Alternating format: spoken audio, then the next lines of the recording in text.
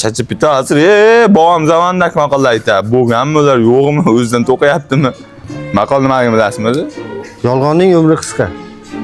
Rost gapirsang ishdan ketasan. Ana qiz chiroyli. Shamol bo'lmasa, Svit o'chmaydi. birlik bor joyda Bitta quloq bor. ko'p o'qigan, Dakansa o'qiydi. sabr qilgan, O'tiraveradi uyda, nima qiladi boshqa? erta turgan, Kechgacha uxlab qoladi. Niston fizika o'rnar ekanmi?